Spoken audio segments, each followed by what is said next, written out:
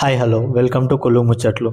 SI preliminary examination qualify అవ్వాలంటే ఏ books చదవాలి, preparation ఎలా చేయాలి, సబ్జెక్ట్ వైజ్ వెయిటేజ్ ఎంత, ఇవన్నీ ఈ వీడియోలో ఇప్పుడైతే మనం చూద్దాం. ముందుగా వచ్చేసి మినిమం క్వాలిఫైయింగ్ మార్క్స్ ఏ కేటగిరీకి ఎంతో చూద్దాం. ముందుగా ఓసీ అండ్ ఈడబ్ల్యూఎస్ కేటగిరీ వాళ్ళకి 30% అనేది మినిమం క్వాలిఫైయింగ్ మార్క్స్ రావాలి. అంటే 200 మార్క్స్ కాబట్టి 60 మార్క్స్ అనేవి వాళ్ళు సెక్యూర్ చేయాలి.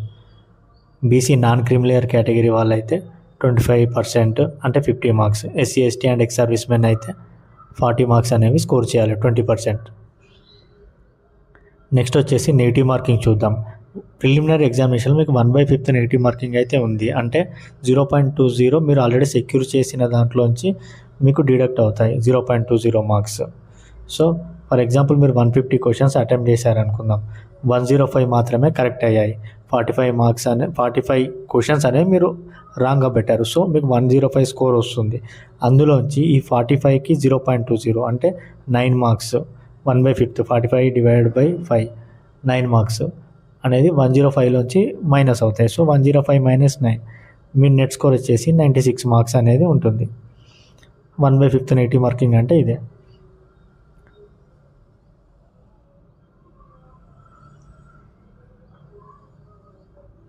నెక్స్ట్ మనం సిలబస్ అయితే చూసుకుందాం.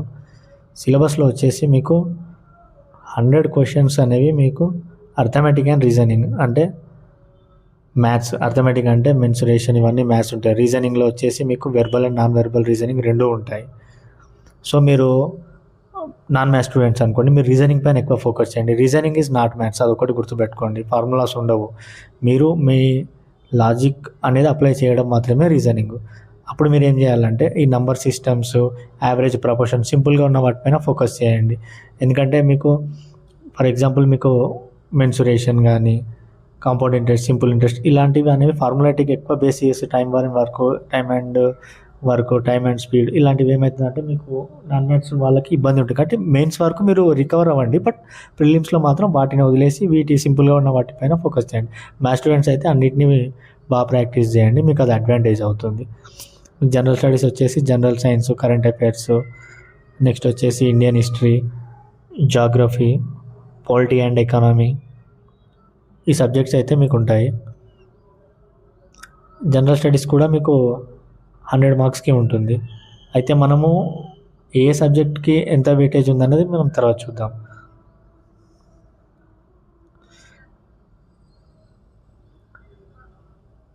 ఇప్పుడు చూద్దాం 2022, 2018, 2016 3 times ప్రిలిమ్స్లో ఏ సబ్జెక్ట్కి ఎంత వెయిటేజో చూద్దాం. మీరు ఇక్కడ చూసుకుంటే 100 marks arithmetic and reasoning, 11 marks current affairs, general science వచ్చేసి 20 మార్క్స్. సో మీరు డీప్గా ప్రిపరేషన్ ఇప్పుడే స్టార్ట్ చేసిన వాళ్ళైతే మీరు డీప్గా హిస్టరీ, పాలిటీ ఇవన్నీ చదవకుండా ఫస్ట్ మీరు అర్థమెటిక్ రీజనింగ్ 100 మార్క్స్ ఎక్కడే కవర్ అవుతాయి. కరెంట్ అఫైర్స్ 11 మార్క్స్, 20 మార్క్స్, ఓవరాల్గా మీకు 131 మార్క్స్ ఈ 3 కేటగిరీలోనే వచ్చేస్తాయి. సో ఈ 131లో మీరు ప్రిపేర్ అయితే మీకు కావాల్సిన మీ కేటగిరీలో ప్రిలిమ్స్కి కావాల్సిన మినిమం క్వాలిఫైయింగ్ మార్క్స్ అనేది మీరు సెక్యూర్ చేసుకోవచ్చు. మీరు తర్వాత మిగతా సబ్జెక్ట్స్ అంటే like Indian history, Telangana movement, geography, economy వీటిపైన ఫోకస్ చేయండి. తర్వాత చూసుకుంటే మీరు 16 మార్క్స్ అనేవి ఉన్నాయి ఇండియన్ హిస్టరీకి, 3 మార్క్స్ బయాలజీ, అది జనరల్ సైన్స్లోనే ఇంక్లూడ్ అవుతాయి. Indian polity 8 marks, geography 16 marks, ఇందులో అన్నీ ఉంటాయి. Indian geography, Telangana geography, even world geography కూడా ఉంటుంది. ఇప్పుడు ఏ బుక్స్ చదువుదామో చూద్దాం. రీజనింగ్కి వచ్చేసి ఆర్ఎస్ అగర్వాల్ అనేది స్టాండర్డ్ బుక్ అండి. మీరు ఏ బుక్ వేరే యాడ్స్ చూసి అవి చూసి మాత్రం మీరు బుక్స్ అనేవి కొనడం అస్సలు చేయకండి. మీరు ఆర్ఎస్ అగర్వాల్లో ఉన్న బిట్స్ యాజ్ ఇట్ ఈజ్ మీకు ఎగ్జామ్ ప్రిపరేషన్ ఎవరైతే క్వశ్చన్ పేపర్ రెడీ చేస్తారో వాళ్ళు కూడా ఇందులోంచి మాత్రమే క్వశ్చన్స్ అనేవి తీసుకుంటారు. కాబట్టి మీకు షార్ట్ కట్స్ కావాలంటే ఇన్స్టిట్యూట్ నోట్స్ అయినా తీసుకొని జిరాక్స్ షాప్లో తీసుకొని ఆర్ఎస్ అగర్వాల్ ఉన్న బిట్స్ ప్రాక్టీస్ చేయండి. జనరల్ సైన్స్కి వచ్చేసి మీకు విన్నర్స్ ప్రసన్న హరికృష్ణ బుక్ తీసుకోండి. ఇండియన్ హిస్టరీ వచ్చేసి తెలుగు అకాడమీ, లేదు అనుకుంటే మీరు విన్నర్స్ తీసుకోండి.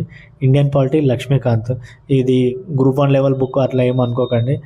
ఏదైనా డీప్గానే అడుగుతున్నారు క్వశ్చన్లు, ఇప్పుడు డైరెక్ట్ క్వశ్చన్స్ ఇవ్వట్లేదు కాబట్టి మీకు సేఫ్ సైడ్. లేదంటే తెలుగు అకాడమీ చదివినా ఓకే, బట్ తెలుగు అకాడమీ ఏంటంటే అప్ టు డేట్ ఉండవు కాబట్టి మీరు తెలుగు అకాడమీ చదివితే అప్ టు డేట్ ఏమైనా రాజ్యాంగ సవరణలు ఏమైనా అయితే చూసుకోండి. జాగ్రఫీకి రమణరాజు బుక్ తీసుకోండి.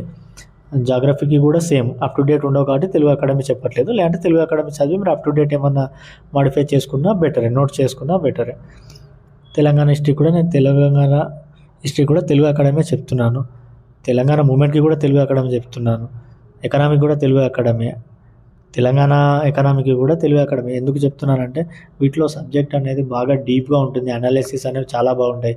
ఇప్పుడు అడిగే డీప్ క్వశ్చన్స్కి వాళ్ళ లెవెల్ ఆఫ్ క్వశ్చనింగ్కి మీరు అనలైజ్ చేసి ఆన్సర్ చేయాలి. ఫర్ ఎగ్జాంపుల్ స్టేట్మెంట్స్ అడుగుతున్నారు. స్టేట్మెంట్స్ తర్వాత ఏది right, A statement wrong, match the following కానీ, అజంప్షన్స్ కానీ ఇలాంటి క్వశ్చన్స్ అనేవి ఎక్కువ అయిపోయి ఇప్పుడు డైరెక్ట్ క్వశ్చన్స్ అడగట్లేదు. సో తెలుగు అకాడమీ వల్ల మీకు ఏంటంటే ఇదంతా యూజ్ అవుతుంది అలాంటి లెవెల్ ఆఫ్ క్వశ్చన్స్ ఆన్సర్ చేయడానికి. మీరు తెలంగాణ మూమెంట్లో కావాలంటే వి ప్రకాష్ సార్ బుక్ కూడా తీసుకోండి. కరెంట్ అఫైర్స్ మాత్రం డైలీ న్యూస్ పేపర్స్ అనేవి చదవండి. వెబ్సైట్ అయితే నేనైతే ఏదైనా స్టాండర్డ్ వెబ్సైట్స్ ఉంటాయి, @257 ఉంటాయి, మీకు అక్కడ దొరుకుతాయి weekly, daily, monthly current affairs. లేదంటే షైన్ ఇండియా బుక్ తీసుకోండి. తెలంగాణ అంశాలు అంటే మీరు ప్రభుత్వ పథకాలు, విధానాలు అంటే ఇప్పుడు పాలసీస్ కొత్తగా ఉన్నవి, 6 గ్యారంటీలు కానీ, స్కీమ్స్ కానీ, వీటి గురించి ఏమైనా పాలసీస్ కొత్తగా ఉంటే వాటి గురించి చూసుకోండి అంతే. మీరు ఎలాంటి ప్రిపరేషన్ స్ట్రాటజీ ఫాలో కావాలంటే మీరు మొదటగా ఎర్లీ మార్నింగ్ మీరు లేచిన తర్వాత 2 అవర్స్ మీరు గ్రౌండ్లోనే స్పెండ్ చేయండి. ఈవెన్ దో మీరు ఆల్రెడీ ఫిజికల్గా మీరు ఆల్రెడీ ఈ మూడిట్లో మీరు క్వాలిఫై అయ్యేంత ప్రాక్టీస్ ఉన్నప్పటికీ కూడా ఒక 1.5 to 2 అవర్స్ అనేది మీరు గ్రౌండ్లోనే స్పెండ్ చేయండి డైలీ. మీరు వచ్చి ఫ్రెష్ అప్ అయిన తర్వాత మీరు అప్పుడు కరెంట్ అఫైర్స్ అనేది చదువుకోండి. లేదు మీరు గ్రౌండ్ వర్క్ అని అసలు చేయలేదు ఇప్పటివరకు, ఇప్పుడే చేస్తామంటే మీరు ముందుగా ఏం చేస్తారంటే ఫస్ట్ మీరు వాకింగ్ అనేది చేయండి. 2-3 కిలోమీటర్స్ వాకింగ్ చేయండి డైలీ ఒక 1 వీక్ 10 days. తర్వాత మాత్రమే జాగింగ్ లాగా స్టార్ట్ చేయండి. జాగింగ్ చేసేటప్పుడు మీరు 500 మీటర్స్, 600 మీటర్స్ ఇలా మీరు కంటిన్యూగా వెళ్ళడానికి ట్రై చేయండి. ఆ డైలీ 100 మీటర్స్ పెంచుకుంటూ పోండి. అలా 1.5 కిలోమీటర్ 2 కిలోమీటర్స్ అయిన తర్వాత అప్పుడు రన్నింగ్ అనేది చేయండి. అప్పుడు కూడా మీరు టైం చూసుకోకండి. ఫస్ట్ 1600 మీటర్స్ ఎంత టైంలో మీకు వీలవుతుందో చూడండి. తర్వాత టైం అనేది తగ్గించుకుంటూ రండి.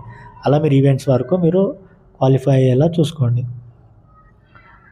కరెంట్ అఫైర్స్కి అయితే నేను @247 వెబ్సైట్ అయితే చూసుకోండి. లేదనుకుంటే మీరు షైన్ ఇండియా తీసుకోండి. అది ఒక 1/2 hour to 1 hour మీరు డైలీ అనేది అక్కడ స్పెండ్ చేయండి. స్పెండ్ చేసిన తర్వాత మీరు నెక్స్ట్ చేయాల్సిన పని ఏంటంటే ప్రాక్టీస్ టెస్ట్లు అనేవి రాయాలి. ప్రాక్టీస్ టెస్ట్లు రాసిన తర్వాత ఎట్లా అంటే డైరెక్ట్గా ప్రాక్టీస్ టెస్ట్లో రాయద్దు. మీరు కొత్తగా ప్రిపేర్ అవుతున్న వాళ్ళైతే ఫస్ట్ మీరు ఒక 15 days ప్రాక్టీస్ టెస్ట్లో రాయకండి. తర్వాత టాపిక్స్ వారీగా రాయండి. అంటే 50 మార్క్స్ రీజనింగ్, ఒకరోజు రీజనింగ్ మాత్రమే 50 మార్క్స్. ఎన్ని వస్తున్నాయి, ఏమేమి తప్పులు పెడుతున్నాం చూసుకోండి. సేమ్ అలాగే అర్థమెటిక్, ఇంకేదన్నా సబ్జెక్టు ఇట్లా ప్రాక్టీస్ చేయండి. తర్వాత ఒక 15 to 20 days ప్రాక్టీస్ చేసిన తర్వాత ఫుల్ పేపర్ డైలీ ప్రాక్టీస్ చేయడం స్టార్ట్ చేయండి. మీరు ఎంత చదివినా ప్రాక్టీస్ చేయకపోతే మాత్రం మీకు వేస్ట్ అవుతుందండి. తర్వాత మీరు ఏం చేస్తారంటే ఆఫ్టర్ లంచ్ డైలీ రీజనింగ్ అన్న అర్థమెటిక్ అన్న ఒకటి అయిపోయిన తర్వాత ఒకటి చేయండి. రీజనింగ్ ఒక 10 daysలో 15 daysలో ఎన్ని టాపిక్స్ కవర్ చేసి చూసి తర్వాత అర్థమెటిక్స్ అట్లా డైలీ చేసి దానికి ప్రతి సబ్జెక్ట్కి మీరు నోట్స్ అయితే ప్రిపరేషన్ చేసుకోవాలి. రివిజన్ టైంలో బాగా యూజ్ అవుతుంది. మీకు 90 days కంటే ఎక్కువ టైం ఉండదు ఇప్పుడు ఎస్ఐ ప్రిలిమ్స్కి. సో అట్లా మీరు ప్లాన్ చేసుకోవాలి. ఇందాక నేను చెప్పినట్టు 131 మార్క్స్ కవర్ అవుతున్నాయి అన్నాను కాబట్టి మీరు జనరల్ సైన్స్ ఫస్ట్ ఫోకస్ చేయండి. మీరు కొత్తగా ప్రిపేర్ అవుతున్న వాళ్ళైతే మీకు 131 మార్క్స్ ఆల్రెడీ కవర్ అయ్యాయి. సో అందులోనే మ్యాక్సిమం స్కోర్ చేసుకోవడానికి ట్రై చేయండి. అది అయిపోయిన తర్వాత మాత్రం పాలిటీ కానీ, జాగ్రఫీ కానీ ఇలాంటివి మీరు ప్రిపేర్ అవ్వడానికి ట్రై చేయండి. అంతేగాని డైరెక్ట్గా అన్నీ ఒకటేసారి అనుకుంటే కష్టం. కొత్తగా ప్రిపేర్ అయ్యే వాళ్ళకి చెప్తున్నా. పాత వాళ్ళకైతే అన్నీ చూసుకోండి, అన్నీ మీరు మళ్ళీ రివిజన్ చేసుకోండి. మీ స్ట్రాటజీ ఎవరు ఇండివిజువల్ స్ట్రాటజీ వాళ్ళకు ఉండాలి. అలా మాత్రమే చేయండి. Okay, all the best guys. ఈ వీడియో కనుక మీకు నచ్చినట్టయితే లైక్ చేయండి, షేర్ చేయండి, మా ఛానల్ని సబ్స్క్రైబ్ చేసుకోండి. Thank you for watching.